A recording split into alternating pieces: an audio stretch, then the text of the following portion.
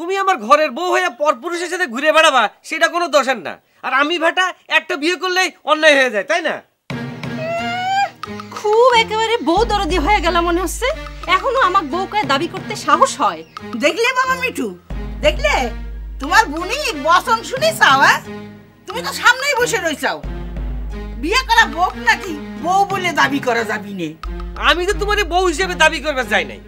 তুমি সাত গোষ্ঠীর সাথে করে নিয়ে এসে নিজের স্বামীর দাবি নিয়ে হাজির হয়ে যাও। বউয়ের চরিত্র যদি এরম হয় তাহলে বিয়ে না করে থাকা যায়? মুখ সামাল করে কথা কয় ভগ্নিপতি, তুমি কিন্তু মেলা খারাপ কথা করছো।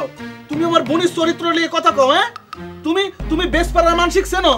তোমার মতো ছাগলে কিন্তু তুই আসার দিয়ে কিন্তু গোস্তের দলা বানা ফেলা দেবো। হ্যাঁ এই কিরা সঞ্জু?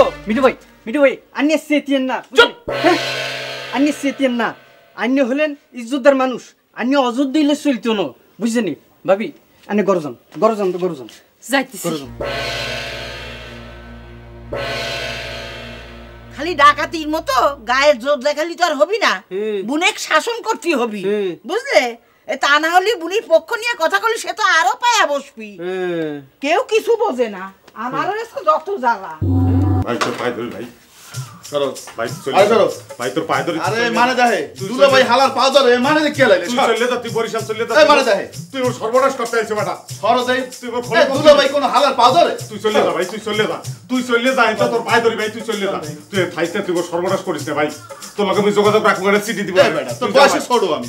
তুই যা ভাই, তোর পায়ে ধরি, তুই যা। এই তুই যা, তুই আইজি চলে যা। তুই বলে এত তাবিজ মন্ত্র জানুস, মানসে তাবিজ দিস, বান মারিস, তুই মহিলাকে বান মারতে পারিস না? অন্য মানসিক বান মেরে কি হবি? হ্যাঁ, সব ভেজাল তো বাদাইছি তুই। হ্যাঁ, বান মারলি তোক মারা উচিত আগে। তাই মারো। এইসব ঝামেলা সহ্য করা চাই, মুখ দিয়ে রক্ত উঠে মরে যাও অনেক ভালো। হালাই বালাই এইসব অলক্ষণের কথা কইস নে তো। শোনিক, আমি আতাই সর্দারের বাড়ি যাই, দেখি সে কি বুদ্ধি দেয়। তার কাছে যাই কোনো লাভ হবি না রে। সে তো কোনো বুদ্ধি দেয় না, সে তো মনে করে খুশি হয়েছে। হাতি পাকে পড়েছে না। আন্যের ইয়ান দিতে ঘটনা ঘটে গেছে। ভাবি আর মিঠু মিলি সলা পরামর্শ করতে আছে, এতটা তো কেস করে দিব। হাসতিস ওকে? গাঁজা খাইছো নাকি? গাঁজা খাওয়া মানুষের মতো ফুক ফুক করে হাসতিস। গাঁজা খালি যে মানুষ হাসে এটা তুমি জানলে কিবা করে ঘর যান?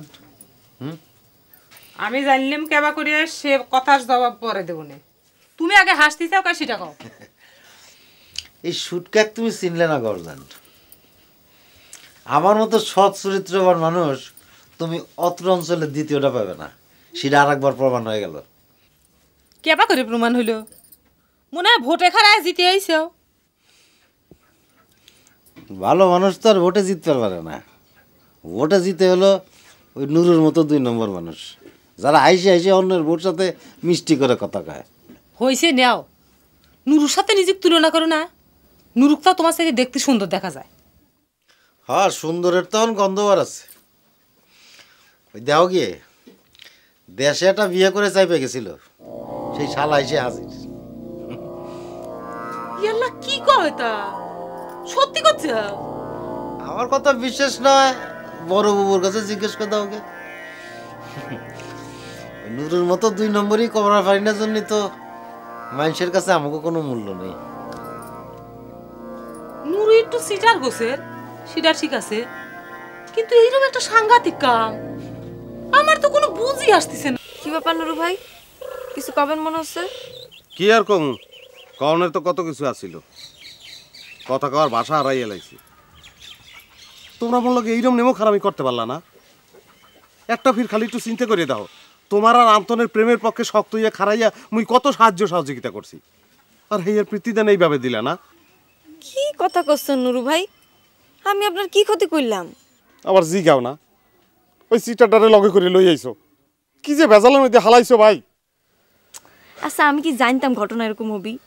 আপনার আত্মীয় পরিচয় দেওয়ার পর মনে হইলো যে নুরু ভাইয়ের আত্মীয়, এই জন্য তো তাকে সম্মান করে বাড়িতে নিয়ে আসলাম। কি যে ভুল করছো জর্জান, কি ভুল করছো আনা কইতে পারবো না।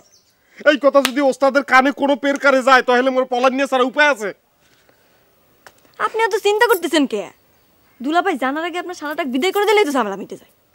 তুমি ওই সিটারটার কথা মতো আরে মোর শালা পরিচয় দিতে আসো না? আরে সে যদি আপনার শালা না হয় তাহলে আমরা করলে দোষ কি? আপনাকে যেটা করলাম সেটা করেন। আর তাছাড়া আমি তো আপনার পক্ষ নিয়ে কথা কইলাম।